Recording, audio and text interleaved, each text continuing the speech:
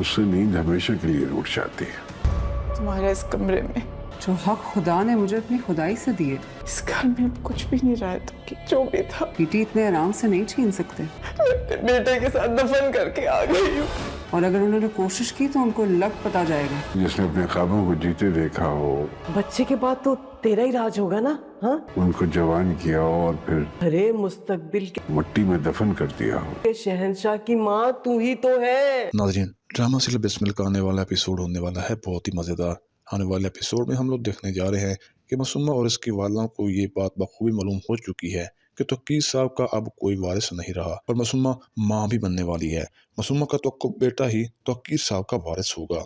इसलिए मासूमा की वालिदा मासूमा को तसल्ली देती है कि तुम्हें परेशान होने की कोई ज़रूरत नहीं है, तौकीर साहब तुम्हें बड़ी इज्जत और एहतराम के साथ घर वापस ले जाएंगे। दूसरी जानब तौकीर साहब शदीद कश्मकश में मुब्तला होते हैं कि आया मासूमा को घर वापस लाया जाए या नहीं, क्योंकि रेहान के लिए ये बात किसी सूरत काबिल कबूल नहीं होगी कि मासूमा वापस घर में आए। और अब तक रेहान को भी इस बात का इल्म नहीं है कि मासूमा माँ बनने वाली है।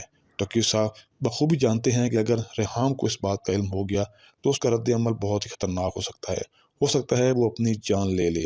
तो सब कुछ आप अगले एपिसोड में देखेंगे।